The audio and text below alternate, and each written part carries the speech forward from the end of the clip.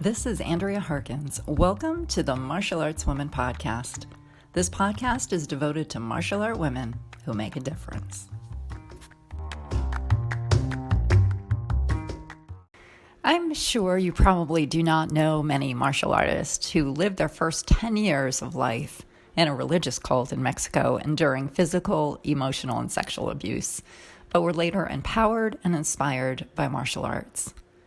So that's why you need to listen in to find out about how martial artist Rebecca Knight overcame these years of abuse and pushed past her fears after moving to the States at 10 years of age, thanks to martial arts.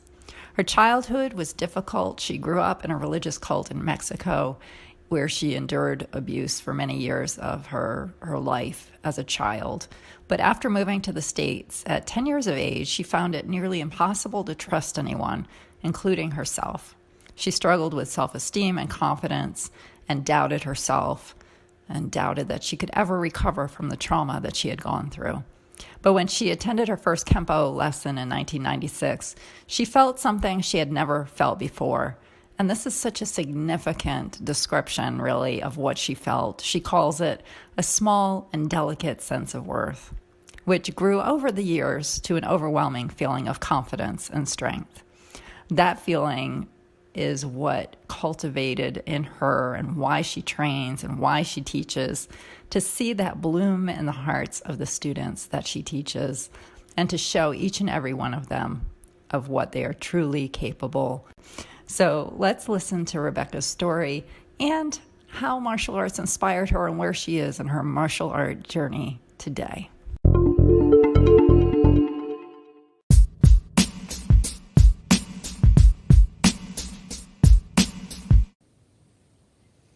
Hi, Rebecca. Welcome to the Martial Arts Women Podcast.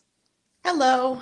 How are you today? I'm doing excellent. How about yourself? I'm doing good. Another podcast interview. I'm always excited to talk to the martial art women out there. So, the stories are always interesting. So I'm excited to talk to you. Awesome. Thank you for sending me sort of your background and biography. And, a lot of martial art women have unusual beginnings. And I guess before we dig into your martial art background and your achievements, we should step back in time a little bit to your childhood, because I know that you had a very difficult and unusual childhood. Can you share with the listeners a little bit about that? Because I think it'll help show how far you've come and how martial arts has helped you in your life. Absolutely. And I would like to really start by thanking my husband, because he's the one who's empowered me to talk about my past. Mm-hmm. Like a lot of survivors, there's a lot of shame that's attached to it. And there's a lot of fear that's attached to it. And they don't want to share their story. And it's just been in recent years that I have found that it's been not only incredibly empowering for me, but it's actually helped those around me. Yeah. I grew up in a religious cult, and the cult had the nickname of the cult of sex and doom. And you can kind of put two and two together. I don't have to go into graphic detail, but it was incredibly difficult. There was a lot of physical abuse, sexual abuse, emotional abuse, and the children were essentially the property of the adults. Okay. And it was traumatizing. It was difficult, but the intention was pure. And it's kind of difficult to put those two and two together. But my parents got involved with it because they were trying to do the right thing. My dad was struggling. He was actually a drug dealer, and he wanted to turn his life around. Okay. He didn't want to live the life he was living. And his brother at the time said, well, here's a place where you can go save people. You can go, empower other people. So his intentions were absolutely pure, but the outcome wasn't. Mm-hmm. And we spent a lot of time, the group was down in Mexico. It was a communal group. We lived in compounds. We traveled a lot. And it was incredibly difficult for not only myself, but my 7 brothers and sisters who were there with me. Wow. Yeah, so it's different. I mean, we don't hear a lot about this. And you mentioned that it was in Mexico. Yes. Is that where your family is from and grew up? No, I was actually born here in Tucson. I was born in the front of a travel trailer with a midwife. My husband, my mom is a little bit crazy. She had a lot of her kids at home, and I was one of them. And Okay. our family is originally from Mexico, so it's kind of crazy that we ended up serving there and doing a lot of work. Well, I call it serving there. That was the intention, but we ended up living there and doing a Hmm. lot of work. And I have to say, some of what we did was positive. We were able to reach people. There were things that were positive, and I think that's a driving force for me, is trying to find the positive in the midst of all of the negative. Yeah. That's an anchor that I use ongoing for sure. Right. And it's definitely a motto that I've used myself, but certainly I have not had the upbringing or the trauma that you've experienced in your past. So it was a family endeavor. I guess you all moved back to Mexico at some point, and and that's how this kind of fell into place. That was kind of part of it. Part of it in the States, this group was actually worldwide. And Okay. it just happened to be that the places that we went were in Mexico. Okay, I see. So eventually you moved back to the States, and I think you said you were about 10 years old. Yes. What was that like? And was it a move with your entire family away from the cult when you It moved was. here? It was. And it was absolute shell shock. Hmm. I remember when we were driving, we used to come up to the States frequently. My grandma's house was kind of a safe haven, and we'd come up for visa trips. And it was normal for us to come up to the States, spend a couple days, maybe a week, and then go back. But I remember that drive when my parents, and it just felt different that one time. We were driving to the States and Hmm. we were all in the car, and my parents told us we weren't going back. And Okay. there was not a sense of relief. There was not a sense of happiness. Even though it was traumatic and it was horrific, that was the only life I knew. And Yeah. so it was shell shock. And we were trained to believe that if we weren't doing what we were supposed to be doing in that group, that we had no purpose and that bad things would happen to us. So there was a tremendous amount of fear that I dealt with for years after that, because everything had changed. And even Yeah. though it was better in a lot of ways, I didn't know how to cope. Right. And so what steps helped you? Was that when you began martial arts, or that was much later? It was a couple years later. I started martial arts when I was 14. We went through a lot of figuring out what was what, Yeah. that reality was actually better out here, and Right. that they were Right. wrong. Accepting what happened to us was incredibly hard. And I think the martial arts gave me an outlet to release some of my anger that I wasn't Hmm. able to release, some of the Yeah. feelings I wasn't able to release, but more than anything else, it gave me the first sense of empowerment. I mean, I was built to be a victim, and Yeah. martial arts taught me I didn't have to be. And that was the most precious thing I'd ever felt in my entire life. Right. And you said you felt, and I'll just quote you, a small and delicate sense of worth, which I think is really such a beautiful way to share how you felt at that time as you learned martial arts. And this feeling I grew with you over the years until you had more confidence and strength. How did that flourish in you? Is that as a direct result of your learning Kenpo and martial arts? Absolutely. I had two outlets. I studied piano, which I absolutely loved. I ended up being a music major in college. But the martial arts, the piano gave me an expression. It kind of let me express some of the sadness. It's kind of hard to explain, but music is a Hmm. beautiful thing that way. And the martial arts allowed me to cope with a lot of difficulty, let out some aggression on the bags. I was pretty meek for a very long time, but it empowered me physically. And as you know, as a fellow martial artist, the physical becomes internal. When you're Hmm. empowered on the external, you can't help but feeling that on the inside. And a lot of my martial arts training, I learned a lot, like my childhood, what to do and what not to do by the examples around me. My very first instructor, Jace Waite, was a godsend. I don't think anybody else could have been that patient and that kind with me. I didn't want to ki. I was so Yeah. quiet. I didn't want to make noise because I didn't want to draw attention to myself, because I didn't want to be victimized. And I knew Hmm. that it wouldn't happen in the karate school, but there was still that fear from my childhood that stuck with me. Yeah. And he was patient. He would always ask me, at your next belt, will you ki? And I would be like, yes, and then I wouldn't. And he goes, what's your favorite color? I'm like, purple. At purple belt will you key eye? And I wouldn't, but I still would try.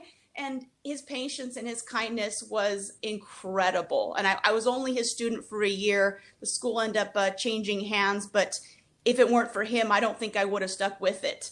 The Cobra Kai mentality would have rooted me right out of there. I wouldn't have stuck around very long. How does that maybe translate into your teaching today? Because you're an instructor, and we'll talk a little bit about your school. But now that you teach, how do you feel that the motivating force in your life applies to teaching? Well, it's a beautiful thing because I get to give to others what I wasn't able to have when I was growing up. Yeah. And I get to build other people's confidence. I have people that walk in my door from, 4-year-old kids that haven't ever been respected at home, and they get respected by me for the very first time. And I get to see that light in their eyes and that joy in their eyes and that sense of pride, all the way up to grown adults who don't know how to respect themselves and others. It's being able to empower others and give the gift that I didn't have. It is absolutely wonderful. Yeah. And I think that you mentioned some of the reasons are positive change, to encourage positive change, which sounds like what you do in your teaching and at your school, and creativity, challenge and improvement, and respect and discipline. Do you think that this is something that most people experience in martial arts from what you can see in your teaching and your background? Absolutely. I mean, everybody comes to train for different reasons. Some people will say, I just want to, get in shape, which they will. I tell my students, if they're not sweating, I'm not doing my job. And I take my job very seriously. Some people come in because they want basic self-defense. Some people come in because they're afraid and they're not sure what they're afraid of. And just by learning the physical discipline, they begin to understand that they don't have to be afraid. And that's fantastic. That's it's a beautiful thing. Yeah. Do you think that the martial arts inspires creativity in their lives in other ways, or have you seen examples of that? Oh, absolutely. And I'm inspired as an instructor. I have a student, he's 73, he's my eldest student, and his retirement plan is martial arts. He started training in the 60s, and he took a break, and he came back, and he takes a class every day that we're open, 5 days a week. And he's incredibly creative, and he's made me think outside the box, because we have charter curriculum, as any martial arts school does, but the way that he learns is he has to create a sequence. So he has built a form out of every single chart, and the techniques are what we have, but he's built the transitions, he's built the patterns, and so his creativity has gotten me outside of the box. And so it's been kind of a win-win where he teaches me and I teach him, but I'm kind of lucky because I'm the one getting paid. Right.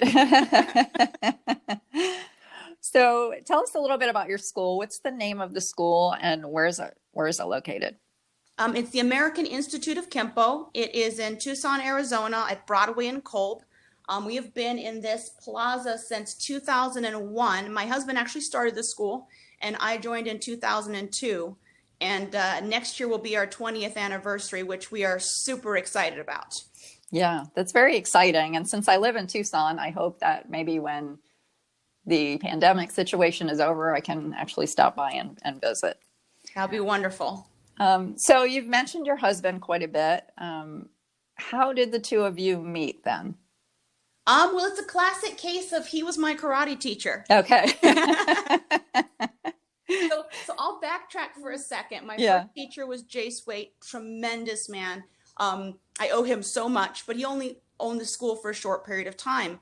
And then the school exchanged hands, and teachers came and went. And there were a lot of teachers that did not serve the school well and did not understand and were not the right fit. And I ended up stepping away from my training.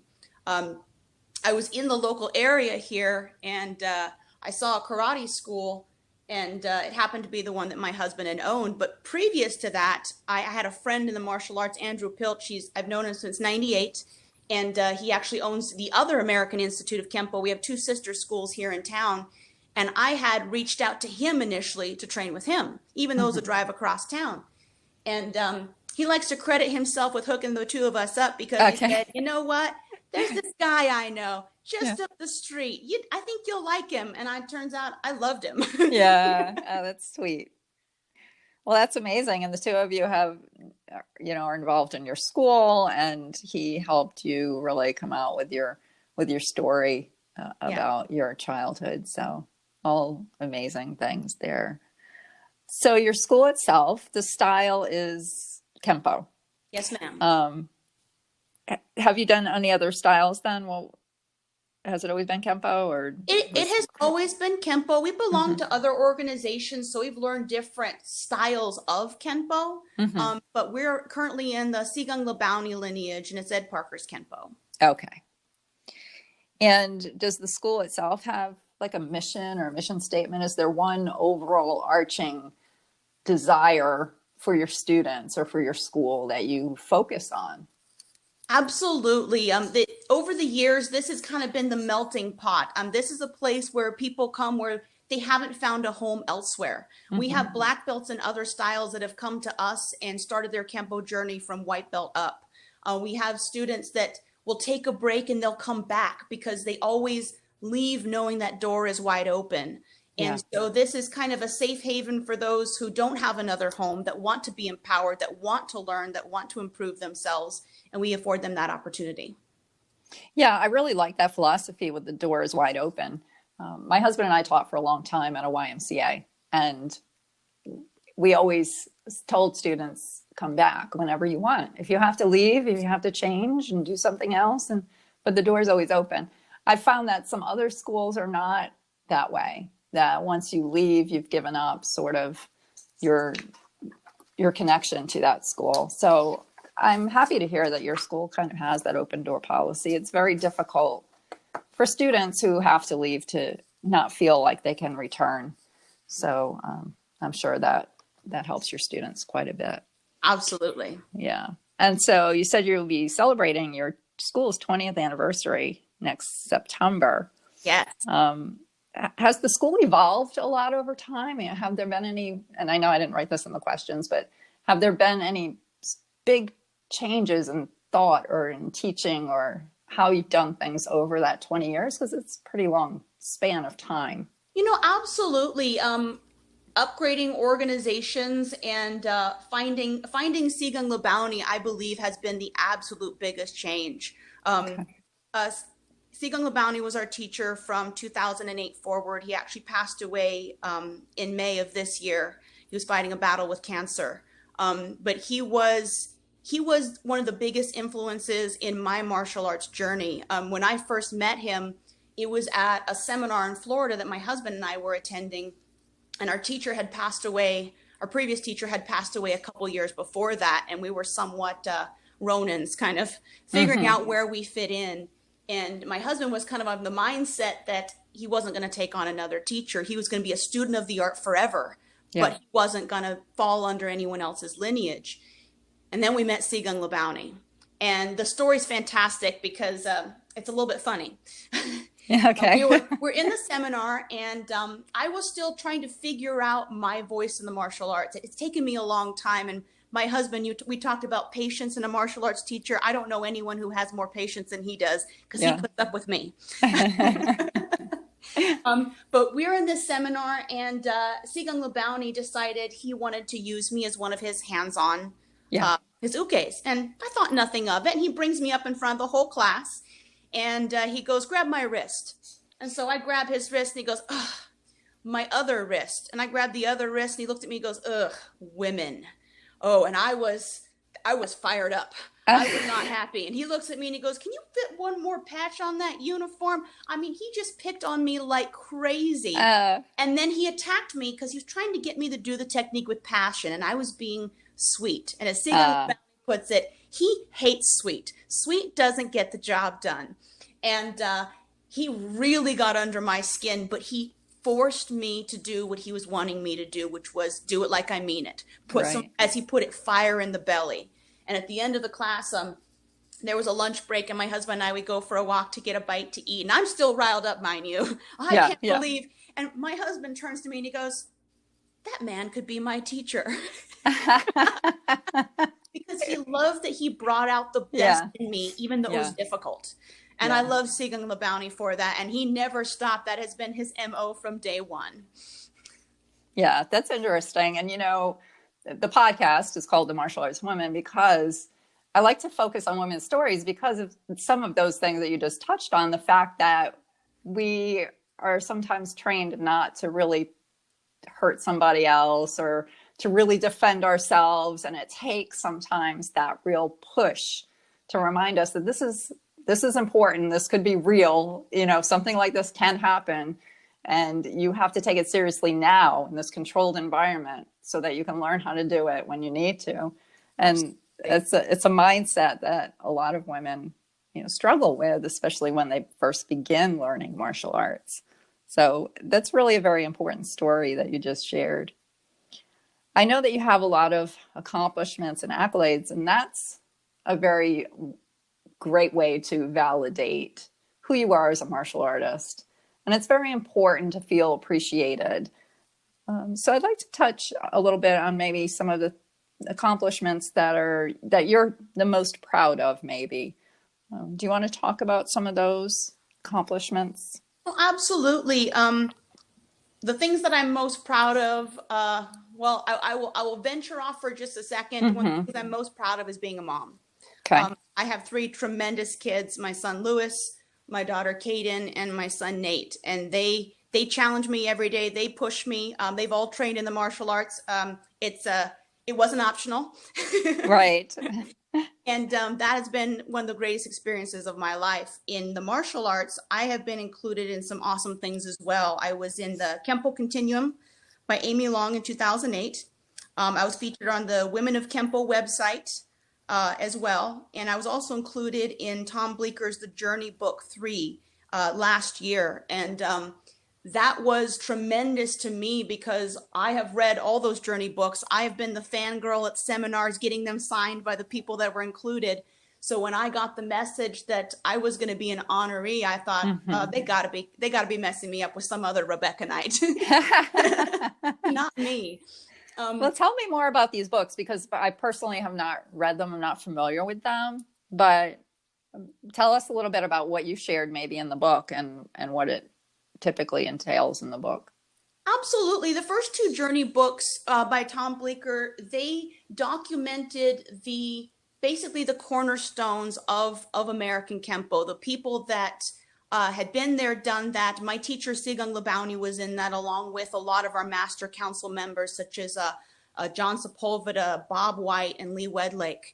And so my mentors were in these books, and they were documenting their history, their story, how they got started, the influences that they've had.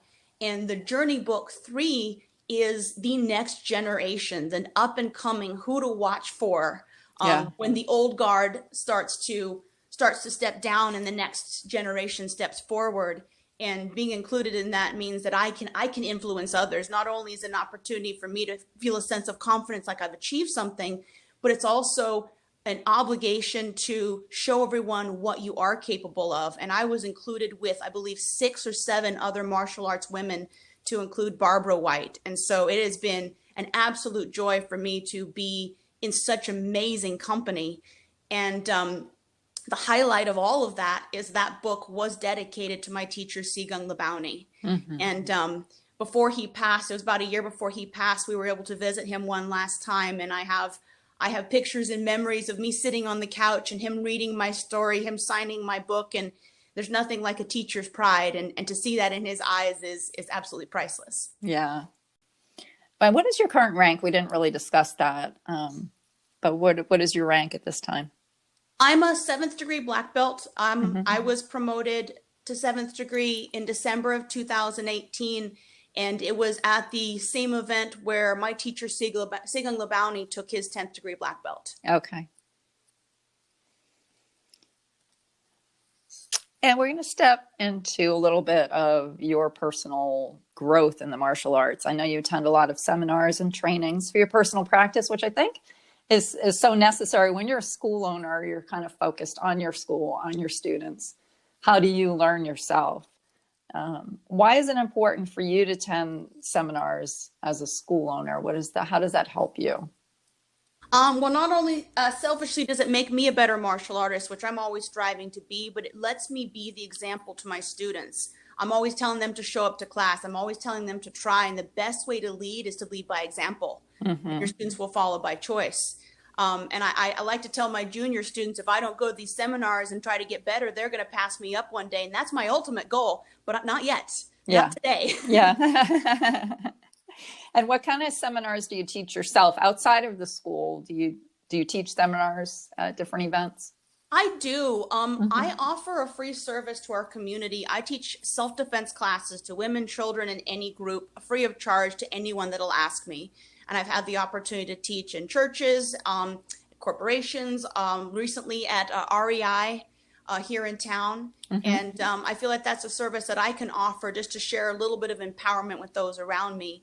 I've also been invited to teach at some amazing Kenpo camps. Lee Wedlake has a camp in Texas, in Banderas, that I was able to teach at in 2014. And most recently, in 2019, I was able to teach at the Wonder Valley camp run by Graham Lelliott. Great. Yeah, it's so important to kind of give back, I guess. Yes. For the different seminars and to share your knowledge, because that's how we all learn. It's very, very important. Have you all been teaching on Zoom or online since we've had this situation? We have. Yes, we have. Yeah. It's been virtual, and I'm learning a new skill set. And tell you, my students are teaching me all the time. Right. And, if you click this, this will happen. If you do that, and I'm like, I appreciate you guys. But yeah, I've become. I think I'm probably an orange belt in Zoom right now, but I'm learning. That's fantastic. No, I know it's the technology, even just like signing into this podcast. Technology is good and bad. You have to really figure the ins and outs of it to get where you want to go with it. But once you know what you're doing, I guess it works. Yes. And do most of your students still attend, or do you feel like there was any drop off during that transition? There was actually a massive drop off during that transition. Yeah. In the first month, we lost almost 40% of our students. But we understand that they all communicated with us, but they lost their jobs. There was a lot of struggle, and there's still continued struggle. And there's a lot of learning curve in all of this and figuring out what the new normal is. But we have maintained tremendous relationships with those students. Like we talked about before, that door is open, so we know when they can come back, they will come. Yeah.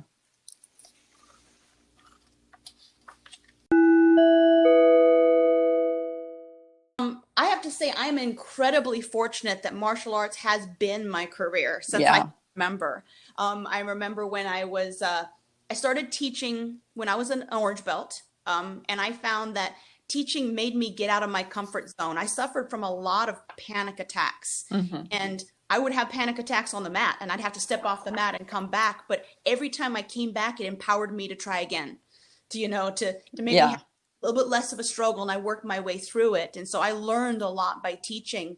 When I was in college, I taught for the city of Tucson Parks and Rec. I taught cardio kickboxing. That was just martial arts, but to music for a workout. Yeah. And I've been a full-time instructor at this location here since 2002. But I've also had the opportunity, I taught PE for several years for Basis of Tucson, and it was a martial arts PE program. So every week I taught 300 kids martial arts. And that was an incredibly amazing learning experience because I had never gone to formal schooling. I only had 2 years of correspondence courses after we got out of the cult. And then I went to college. My first class was in college. I was the little girl with the brown paper bag, walking into the classroom, at 18 years old in panic. But so being in that environment, I learned an awful lot about myself and about the students. And that actually started a martial arts program where we now have 5 full-time Kenpo PE instructors here in Tucson that teach about 1,500 kids every single week the martial arts. Wow, I didn't realize that. That's very, very interesting. Yeah, for sure. And because I was homeschooled, the martial arts was my social interaction. So that was a great outlet for me rather than just being stuck at home with my family, my siblings, which I love dearly, but that's a lot of time. Yeah, absolutely. You need your own space, and you need to have, some social events that are important to you too. So when we're talking about martial art women, as a martial art woman, if we want to just focus on that piece of it, what would you share with other women out there who might be interested in learning a martial art? Especially women, because I think we have sometimes different challenges and vulnerabilities. What would you tell a woman interested in learning a martial art? I would break the stereotype that it's just for men. Mm-hmm. A lot of people think that it's just for the big and the strong. And I actually recently did an interview with a good friend of mine, Jason Brick. He also has a podcast that he's putting together, and we talked about what are some of the things that women believe that is invalid about the martial arts. Is that you have to fight on the same terms as a man does, and a man has more brute strength. They more mass to them. And I told him, you got to pick your targets. You got to pick your situation wisely. You've got to you have to be faster. You have to be more accurate. You have to know where to strike. But most importantly, with a woman getting into the martial arts, you have to find the right teacher. There's a lot of wrong teachers out there that teach on their terms, not on your terms. And that's where I've been incredibly fortunate. I've had a lot of bad instructors, but I've had more great instructors who empower me. And I think the two ways that women will struggle in the martial arts is that they'll either be overly brutalized. They have to, like I mentioned earlier, they have to fight on a man's terms. They have to be as strong as, or they're not taken seriously and they're treated with kid gloves. Yeah. And that is an absolute disrespect. Segung Labounty took me seriously from day one, and he made me rise to the occasion. My husband does that in every single class, but he does it with kindness and he does it with respect. So I want them to know if they find the right school, it's a safe environment, it's an empowering environment, but they can also serve as an example to their children, to their daughters, to the people around them, because being an empowered martial artist serves you, but it serves every single person that you come in contact with because you show them that's possible. Right. Yeah. No, I definitely agree with that. And I think sometimes just stepping through the door of the first martial art class is scary for women and men. But I think women feel that bit of fear sometimes of the unknown. And it's good to let people know and let women know that, hey, your expectations here are to be the best you that you can be. We're not here to make you into something else, but to train you to the best of your ability and take you where you need to go. Yes. So I think it's so important, especially for women, to recognize that. Is there anything else that you would like to touch on? I know you've also been involved in several publications. So you've written a few articles and been in some videos yourself. How have those experiences been for you? They have been empowering for me. They're definitely outside of my comfort zone. I don't normally like to be the center of attention, but it's helped me reroute that to, it's not about me, it's about how I can empower those around me. So every opportunity I get to speak, I want to let other people know what they're capable of. I want them to know that I've come from such a difficult place, but if I can be empowered by the martial arts, that they can too. And so it's more than anything else to be that beacon and that light for those who don't believe themselves yet. Yeah. And I think that's what's unique and very powerful about your story is your beginnings were very, very difficult and traumatic. And there are a lot of women out there who have abuse situations. I've interviewed many already. And women that you don't realize that until they come on a podcast and start telling you about it. And so this type of story is always very important and empowering for women out there to not only learn a martial art, but also to face what's happened and maybe share it if possible to help others get through their difficult times. And sharing it is not for everyone, but when someone does step up and share a story like yours, it certainly does touch the lives of others and help them in some way. So I really appreciate you sharing that story.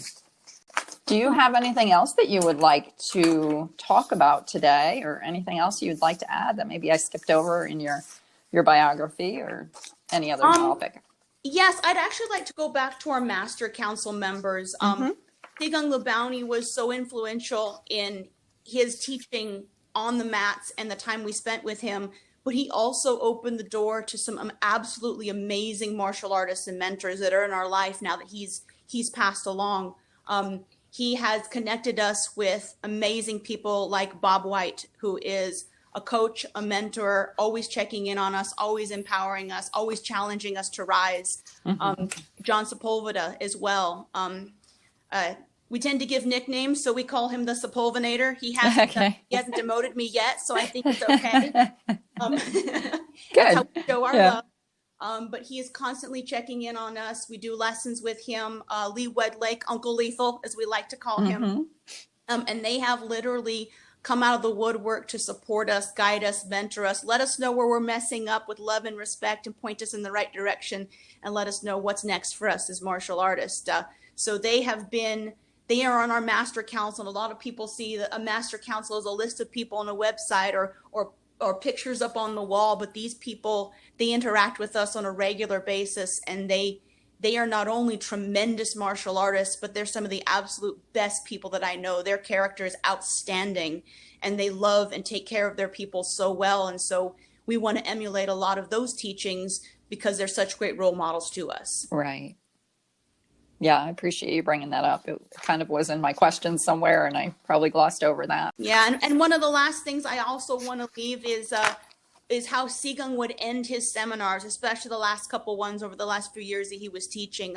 Segung Labauni was a cop, and he worked in sex crimes against women and children.